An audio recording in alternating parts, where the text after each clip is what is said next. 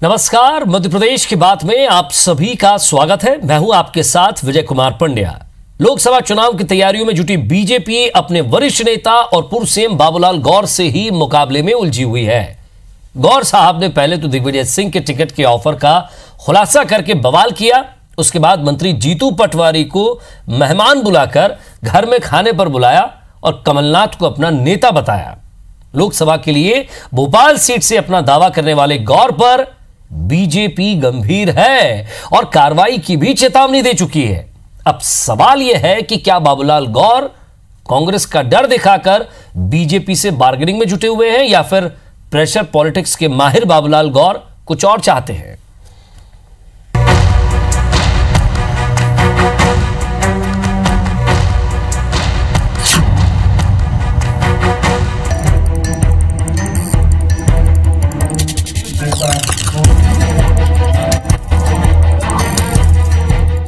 उन्होंने कहा कि हमारा ऑफर यह है कि लोकसभा की सीट जो भोपाल की है वो कांग्रेस के टिकट से आप लड़ें। तो मैंने कहा मेरी कोई मंशा नहीं चुनाव लड़ने की, अपनी आपको हमारे सांसद में आपकी आवश्यकता है। तो मैंने ठीक है, विचार करेंगे। कुशाभाऊ ठाकरे जैसी पार्टी नहीं दिख रही भारतीय जनता पार्टी। कुशाभाऊ जी ठाकरे हमारे प्रेरणा के पुरुष थे, जिन्होंने इस पार्टी को जीरो से और हीरो तक बनाया है। आज उसके वरिष्ठ कार्यकर्ता जो नेता हैं उनको दरकिनार किया जा रहा है। 10 बार के विधायक मध्य प्रदेश के पूर्व सीएम रहे बाबूलाल गौर के 2 दिन के भीतर 2 बड़े बयान के बाद बीजेपी में हंगामा मचा है। प्रेशर पॉलिटिक्स में माहिर बाबूलाल गौर ने अपनी ही पार्टी को नसीहत देते हुए इशारा किया कि जिन लोगों ने पार्टी को जीरो से हीरो बनाया है, पार्टी उन्हें ही हीरो से जीरो बनाने में लगी है। जिन्होंने इस पार्टी को जीरो से और हीरो तक बनाया है और सबको साथ लेकर के चले। गौर के इस बयान के बाद बीजेपी प्रदेश कार्यालय में होने वाली मीटिंग के विषय ही बदल गए। भोपाल आए बीजेपी मध्य प्रदेश लोकसभा प्रभारी स्वतंत्र देव सिंह ने प्रदेश के नेताओं की बैठक लेने से पहले भोपाल लोकसभा के प्रभारियों की बैठक लेने चले गए। चूना भट्टी के गार्डन में बैठक के बाद प्रदेश अध्यक्ष राकेश सिंह ने बाबूलाल गौर को अनुशासनहीनता पर चेतावनी दे दी कि किसी को भी पार्टी के अनुशासन के दायरे से बाहर जाने की इजाज़त नहीं है। अनुशासन के दायरे के बाहर अगर कोई भी जाएगा तो स्वाभाविक रूप से पार्टी आवश्यक कदम उसके लिए उठाने पर मजबूर होगी। लेकिन गौर ने भी मोर्चा खोल दिया। वो कहां रुकने वाले हैं। कांग्रेस नेता और उच्च शिक्षा मंत्री जीतू पटवारी की अगवानी कर बीजेपी के अल्टीमेटम का जवाब दे दिया। यही नहीं, जब जीतू पटवारी गौर के बंगले में गए तो सामने कमलनाथ की फोटो नजर आई। गौर ने फोटो की ओर इशारा करते हुए यहाँ तक कह डाला कि मेरे नेता तो कमलनाथ हैं। सुनो तो, और ये हमारे नेता हैं, कौन इसके बाद मध्य प्रदेश की 29 सीटों पर मंथन को लेकर बीजेपी प्रदेश कार्यालय की बैठक में बातें बाबूलाल गौर पर होती रही। पूर्व मुख्यमंत्री शिवराज सिंह चौहान, केंद्रीय मंत्री नरेंद्र सिंह तोमर समेत बीजेपी के तमाम दिग्गज नेता भोपाल लोकसभा सीट पर मंथन करते रहे, लेकिन किसी नतीजे पर नहीं पहुंच पाए। विधानसभा में टिकट कटने के बाद सक्रिय राजनीति से दूर हुए बाबूलाल गौर लोकसभा का चुनाव लड़ना चाहते हैं। बीजेपी में टिकट मिलने में कोई आसार नजर नहीं आए तो सेफ सीट भोपाल का दावा ठोक दिया। देखना यह है कि कांग्रेस को आगे कर गौर कितना बार्गेन कर पाती है। आकांक्षा शर्मा के साथ राकेश चतुर्वेदी, IBC 24 भोपाल।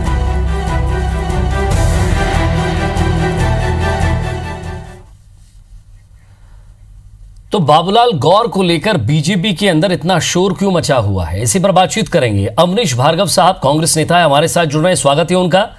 हितेश वाजपेयी जी बीजेपी नेता, वो भी हमारे साथ जुड़ रहे हैं, उनसे भी बातचीत करेंगे। धनंजय प्रताप सिंह जी वरिष्ठ पत्रकार हैं, वो भी हमारे साथ जुड़ रहे हैं, उनसे भी हम बातचीत करेंगे। लेकिन उससे पहले एक और वर्जन आया है, बाइट आई, वो भी मैं सुनवा देना चाहता हूं कि इस पर लेकर, इस पूरे मुद्दे को लेकर प्रदेश प्रभारी, लोकसभा प्रदेश प्रभारी मध्य प्रदेश के स्वतंत्र देव सिंह का क्या कहना है। वो भी पहुंचे थे उन्हें मनाने के लिए। बताइए, बाबूलाल गौर को लोकसभा से बीजेपी चुनाव लड़ाएगी। ये संसदीय बोर्ड विचार करेगा और बाकी माननीय गौर सिंह का सम्मान पार्टी के लिए, और आपका जीवन पूरा समर्पित है पार्टी के लिए। भाई आप लोग क्यों बहक रहे हैं? नहीं, आपको लगता है कि अच्छा होगा यदि वो लोकसभा? ऐसा नहीं है, आप ये समझा करो ना, सब ठीक होगा। और ऐसा मत समझिए कि गौर साहब कोई ऐसा है, या आपका जीवन ही पार्टी के लिए समर्पित है। तो चलिए, जिस व्यक्ति का जीवन पार्टी के लिए समर्पित है, जिस व्यक्ति ने सालों से पार्टी की सेवा की है, आज वो व्यक्ति ये कह रहा है कि ये पार्टी कुशाभाऊ ठाकरे वाली पार्टी नहीं रही है। हितेश वाजपेयी जी, मैं सबसे पहले आपसे जानना चाहूंगा, इस तरह का बयान क्यों आ रहा है बाबूलाल गौर साहब का?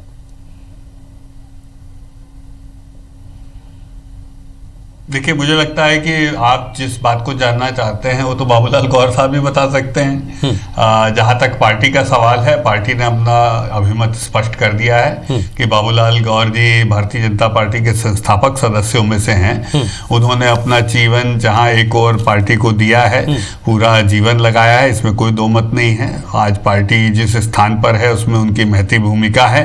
साथ ही साथ पार्टी ने भी उन्हें भरपूर अवसर दिए हैं। वे मुख्यमंत्री रहे हैं, मध्य प्रदेश के पूर्व मुख्यमंत्री हैं आज, उनकी बहू भी विधायिका हैं, और साथ ही साथ वे खुद 2 दशक लगभग विधायक रहे, लगातार ही रहे हैं, और हर सरकार में मंत्री रहे हैं, चाहे कोई भी सरकार भारतीय जनता पार्टी की कभी भी बनी हो, और उनका सम्मान हमेशा बना हुआ है। लेकिन एक और बाकी जो उनके बयानात हैं, मैं बहुत छोटा आदमी हूं उस पर टिप्पणी करने के लिए। अब हीरो को जीरो बनाया जा रहा है। नहीं, मुझे लगता है कि उन्होंने पार्टी को हीरो बनाया, पार्टी ने उनको हीरो बनाया। तो मुझे लगता है पार्टी ने मुख्यमंत्री के रूप में उनको चुना भी है, तो शायद लगता है कि हम सबको इस बात को भी ध्यान में रखना चाहिए। चलिए, आपकी बात से मैं समझा कि अब रिटायरमेंट का समय है, तो कम से कम इस तरह की मांग ना हो। वरिष्ठ पत्रकार हमारे साथ धनंजय प्रताप सिंह जी हैं। धनंजय प्रताप सिंह जी, एक वरिष्ठ नेता जो पार्टी के हर एक पद पर रहा हो, सत्ता में हर एक शीर्ष पद पर रहा हो, आखिर वो नेता, क्या ये पद की लोलुपता है, पद की लालसा है, या फिर प्रेशर पॉलिटिक्स है कि एक राजनेता कभी रिटायर नहीं होता?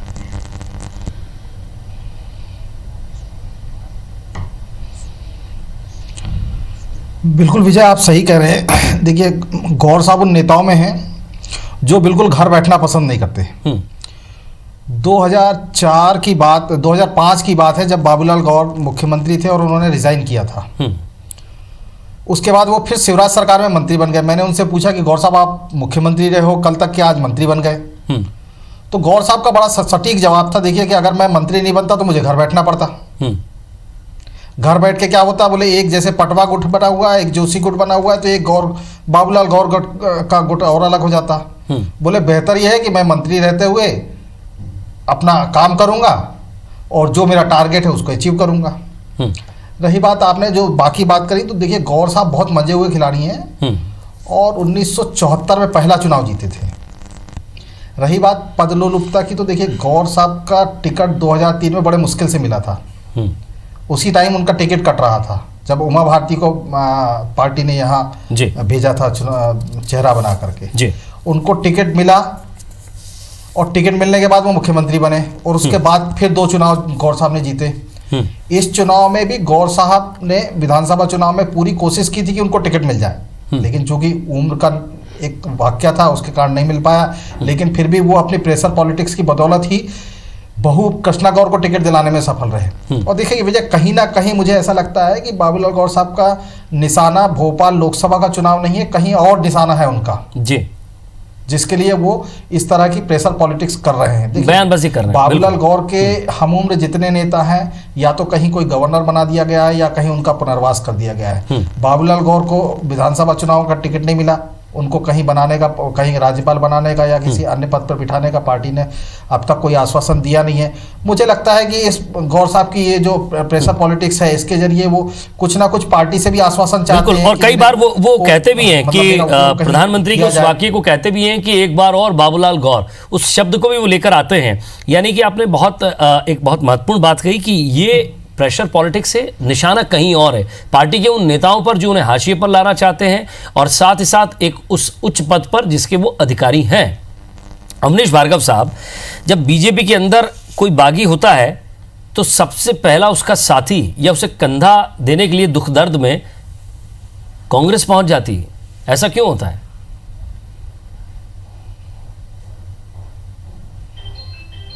देखिए विजय जी, कांग्रेस कोई को सहारा देने या कंधा देने का मुद्दा नहीं है। जो बातें बाबूलाल गौर साहब कह रहे हैं वो उनका दर्द है, वो झलक के आ रहा है, वो कार्यकर्ताओं का भी दर्द है। और उन्होंने ये दर्द आपके द्वारा पैदा किया जा रहा है ना साहब? था आरिफ वकील साहब जब उनसे मिलने गए थे। नहीं देखिए, आपको साफ तौर पर बता दें, कांग्रेस पार्टी का इसमें कोई रोल नहीं है। वो सच्ची बात कह रहे हैं तो इसको प्रेशर पॉलिटिक्स कह रहे हैं सब लोग। ये प्रेशर पॉलिटिक्स नहीं है। पिक्चर आपके द्वारा रिलीज हो रही है और आप कह रहे हैं रोल ही नहीं है। चुनाव काउंटिंग के पहले कह दिया पहले दिग्विजय सिंह जी ऑफर करते हैं, फिर उसके बाद जीतू पटवारी जी मिलने जाते हैं, तो कहां कांग्रेस की कोई भूमिका नहीं है? देखिए ऑफर कराए कि नहीं कराए ये मुद्दा अलग है, लेकिन उनसे मिलने गए हैं। गौर साहब के सभी कांग्रेस के नेताओं से अच्छे संबंध है। उन्होंने कहा है कि कमलनाथ जी मेरे नेता हैं, और कमलनाथ जी जब मंत्री थे सेंट्रल में, और माननीय गौर साहब जब जाते थे, जो कार्य होते थे, जो फंड मिलते थे केंद्र सरकार से, वो पूरा का पूरा उसमें किसी तरह की कोई कोताही नहीं बरती जाती थी। जब मुख्यमंत्री थे तब भी पूरा फंड कांग्रेस पार्टी की केंद्र में सरकार थी तो गौर साहब लेके आते थे, गौर साहब को पूरा सहारा मिलता था। इसमें कोई दो मत नहीं है। मध्य प्रदेश के साथ कभी उन्होंने ये कहा है कि कांग्रेस के नेताओं ने कभी मध्य प्रदेश के साथ भेदभाव नहीं किया, केंद्र में सरकार रही नहीं, लेकिन तो बीजेपी के प्रदेश अध्यक्ष ने साफ कह दिया ये अनुशासनहीनता नहीं चलेगी। अगर आपका नेता कोई भी और इसके बाद और पहुंचता है और अगर कोई बयान आता है तो आपके नेताओं के कारण उन पर कार्रवाई हो जाएगी। क्या यही चाहते हैं आप लोग? विजय जी आप मेरी बात तो सुने। देखिए कांग्रेस पार्टी क्या चाहती है, भारतीय जनता पार्टी का अंदरूनी मामला है, लेकिन मैं साफ तौर पे ये कहना चाहता हूँ भारतीय जनता पार्टी की बस की बात नहीं है। प्रदेश अध्यक्ष कहते हैं कि अनुशासनहीनता की कार्रवाई करेंगे, कोई भी उसके दायरे में आएगा, लेकिन स्वतंत्र देव सिंह जी जो प्रभारी है मध्य प्रदेश के लोकसभा के, वो उनके घर मिलने जाते हैं, कहते हैं सब कुछ ठीक हो गया, बात बराबर हो गई है। आप देखें एक तरफ डंडा चलाते हैं, दूसरी तरफ पुचकारने की बात करते हैं। भारतीय जनता पार्टी प्रदेश प्रभारी को तो जाना पड़ेगा, पूरा प्रदेश देखना है, कहीं बगावत ना हो, प्रेशर में नहीं है ऐसे और कोई दूसरे बाबूलाल गौर जैसे नेता सामने ना आ जाए। हितेश वाजपेयी जी, चलिए मैं आपसे बात करूंगा। हितेश वाजपेयी जी, बीजेपी में इस तरह की बगावत खुलकर कभी सामने नहीं आई। बाबूलाल गौर हर बार जैसे ही चुनाव आता है इस तरह के बयान सामने आने लग जाते हैं, पार्टी के खिलाफ बयान देने लग जाते हैं। अगर पार्टी का कोई निचले स्तर का कार्यकर्ता होता और इस तरह का बयान देता, स्वाभाविक सी बात है तुरंत उस पर कार्रवाई होती, लेकिन अभी तक बाबूलाल गौर पर कोई कार्रवाई नहीं हुई। अभी तक बाबूलाल गौर को किसी ने कुछ नहीं कहा। सीधे प्रदेश अध्यक्ष के बयान के बाद प्रदेश प्रभारी मिलने चले जाते हैं। क्या टटोलने की कोशिश हो रही है?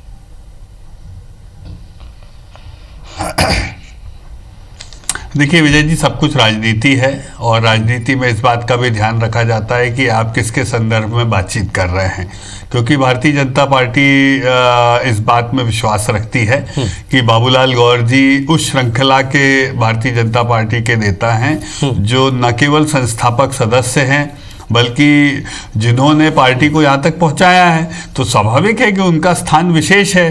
तो यदि कोई विशेष बात वो कह रहे हैं तो वो विशेष व्यक्ति तक पहुंच जाएगी और उन लोगों का आपस में संवाद हो जाएगा। सर अगर ऐसी कोई मांग है और अगर कोई ऐसी विशेष पद की मांग है तो पार्टी के अंदर बैठकर बात करें। वो हमेशा चाहते हैं मीडिया के अंदर इस तरह के बयान देते हैं और नहीं बिल्कुल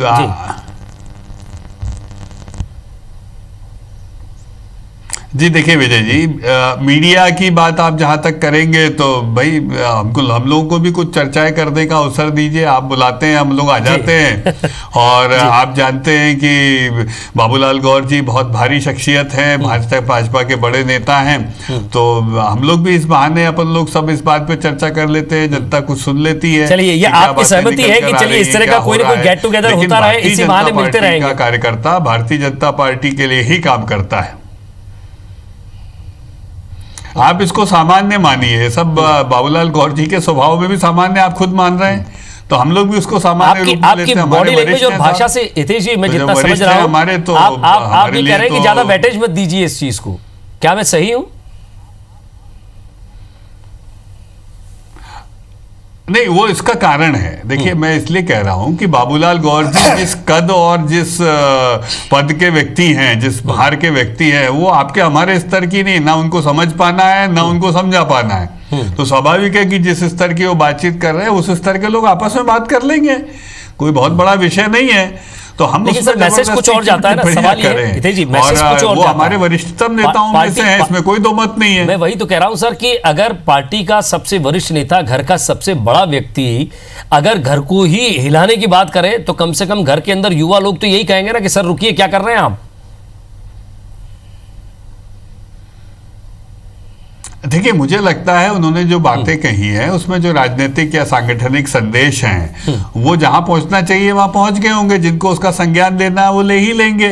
और उसके पश्चात आपने देखा प्रभारी जी पहुंचे ही हैं। तो मैं नहीं समझता कि कुछ असामान्य है। असामान्य। धनंजय प्रताप सिंह जी हमारे साथ जुड़े हुए हैं, बतौर पत्रकार भोपाल की राजनीति को बहुत अच्छे से समझते हैं। मान्य हो सकते हैं और कुछ बातों में उनको बनाया जा सकता है। धनंजय जी, क्या आपको लग रहा है कि ये सब कुछ सामान्य है? क्योंकि बाबूलाल गौर जिस तरह की पॉलिटिक्स करते हैं या जिस तरह की पॉलिटिक्स के लिए जाने जाते हैं वो सामान्य नहीं होती।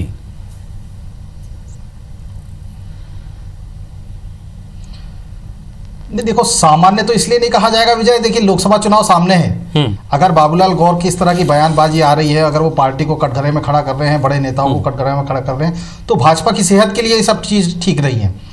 और बाई चांस कांग्रेस उनको जिस तरह से ऑफर दे रही है, अगर बाबूलाल गौर उस दिशा में बढ़ गए तो आने वाले चुनाव में भाजपा की भोपाल नहीं 2-4 और आसपास की सीट पर भी इसका प्रभाव पड़ सकता है। भाजपा भी इस चीज को जानती है और भाजपा चाहती है कि इसीलिए समय रहते गौर साहब को समझा बुझा लिया जाए जी। लेकिन गौर साहब इस जो वक्त है लोकसभा चुनाव का सामने, उसको भी पहचान रहे हैं और उसके बहाने वो उन नेताओं को भी निशाने पर ले रहे हैं जिन्होंने उनको निशाने पर लिया था। यानी कि वो राजनीतिक गर्माहट कश्मकश बरकरार रखना चाहते हैं। कैबिनेट से बाहर कर दिया गया था। बिल्कुल 100%। विजय, कल मेरी उनसे बात हुई तो उन्होंने कहा कि मुझे बताइए, बिना कोई गलती के कैबिनेट से बाहर कर दिया गया, मेरे सम्मान को ठेस पहुंचाई गई। तो इस तरह के तमाम सवाल गौर साहब आज जो उठा रहे हैं वो कहीं ना कहीं वो अपने विरोधियों को ठिकाने लगाना चाहते हैं। एक बात मैं भी ये समझता हूं कि पार्टी के एक वरिष्ठ नेता हैं और अब ये समय है पार्टी के शीर्ष मंडल में या शीर्ष नेतृत्व के बाद अब मार्गदर्शन मंडल में जाने का। कम से कम पार्टी को नई ऊर्जा दें, लोगों से मिलें, बात करें। अभी भी पद पर बने रहें, शायद पार्टी के कुछ लोग इस बात से इत्तेफाक नहीं रखते।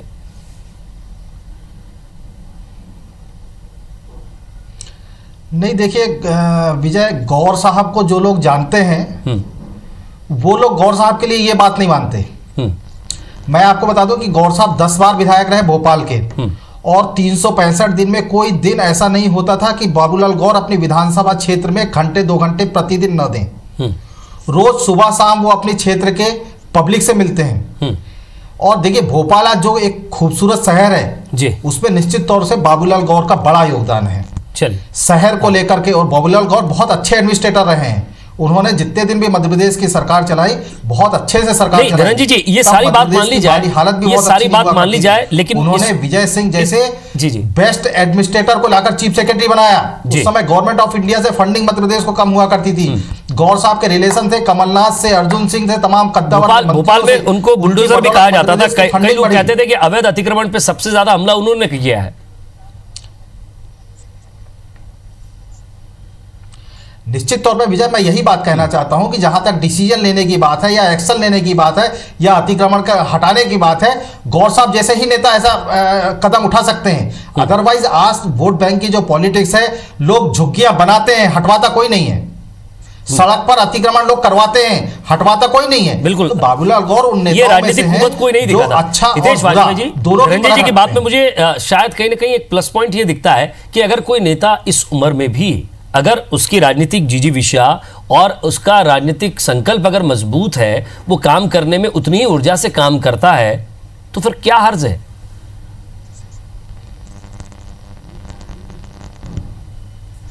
देखिए, आप सुंदरलाल पटवा जी से लगाकर आज तक भारतीय जनता पार्टी में जितने मुख्यमंत्री हुए हैं सबकी ऐसी तारीफ कर सकते हैं, क्योंकि इतनी तारीफ आप कांग्रेस के मुख्यमंत्रियों की नहीं कर पाएंगे।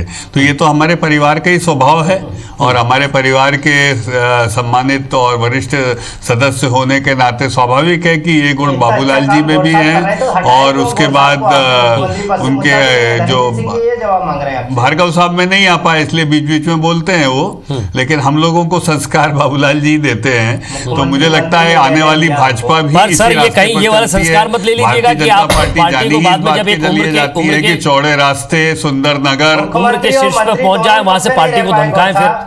चलिए हितेश जी, उस चीज की तारीफ भी करते हैं कि ठीक है बाबूलाल गौर साहब ने बहुत काबिल तारीफ। मैं अमरीश जी आपके पास आऊंगा, बहुत काम किए, लेकिन 10 साल विधायक रहना, आप सोचिए कितने लोगों की राजनीति खत्म हो गई साहब। 10 टर्म, 10 साल नहीं, हाँ माफ कीजिएगा, 10 टर्म वो रहे। माफी चाहूंगा मैं आपसे। 90 साल के आसपास उनकी उम्र है जी। विजय जी, और लगभग उन्होंने जीवन के 60 बसंत पार्टी को और जनता को और देश को और प्रदेश को दिए, लेकिन उनके बसंत में कई के पतझड़ हो गए साहब। सुशोभित किया है। जब जब भारतीय जनता पार्टी, जनसंघ जनता पार्टी की सरकारें बनी हैं, वो उसमें मंत्री के रूप में रहे हैं और बहुत अच्छा परफॉर्मेंस दिया है। जी, मैं समझता हूँ हितेश जी, चलिए एक बात और मान ली जाए हितेश जी, जिस तरह से बाबूलाल जी का नाम सामने आ रहा है, स्वाभाविक सी बात है, पार्टी में आपने भी बहुत लंबे समय से काम किया है, आप भी हकदार हो सकते हैं। क्यों आप युवाओं की राजनीति खत्म करने पे तुले हुए हैं? अब साहब मेरे हक की मैं क्या बात करूं, अभी मैं पार्टी की बात करने आया हूं। जी जी, मैं पार्टी की बात करने आया हूं, तो जब पार्टी की बात करने आया हूं तो मैं तो उसमें स्थान पाते ही नहीं है, क्योंकि जब हम मैं को छोड़ते हैं तभी तो पार्टी की बात कर पाएंगे। तो जब मैं स्टूडियो से बाहर निकलूंगा तो अपनी दाल रोटी की चिंता करूंगा, तब मैं जीवित हो जाएगा। लेकिन अभी जब तक मैं आपके सामने बैठा हूं तो भारतीय जनता पार्टी का प्रतिनिधि होने के नाते पार्टी क्या विचार रखती है उसको रखना मेरे लिए ज्यादा जरूरी है, ना कि मैं क्या चाहता हूं ये रखना। जी चलिए, अवनीश भार्गव जी, सवाल ये उठता है कि क्या आपके पास कई बार इस तरह की बातें सामने आई हैं। अगर मैं पिछले 3-4 दिनों का अगर राजनीतिक समीकरण देखूं तो ये कहा जाता है कि बाबूलाल गौर जी साहब को जो है कांग्रेस ले सकती है। फिर पहले ये कहा गया कि करीना खान को बनाया जा सकता है वहाँ से प्रत्याशी। कई बार ये समझ में आया कि आप वहाँ से किसी और को लड़ाना चाहते हैं। सवाल ये है, फिर सज्जन वर्मा का बयान आता है, तैमूर की मम्मी। जी जी, फिर ये बयान आता है, फिर ये बयान सामने आता है कि सज्जन वर्मा कहते हैं कि हमारे नेता मर गए हैं क्या। तो ये एक तीर से कई निशाने की कोशिश में क्यों लगी हुई है? आपके पास सत्ता आई है साहब, आप जनता की भलाई के काम कीजिए, जनता के कामों में लगे रहिए। कहां बाबूलाल गौर जी को उलझा रहे हैं?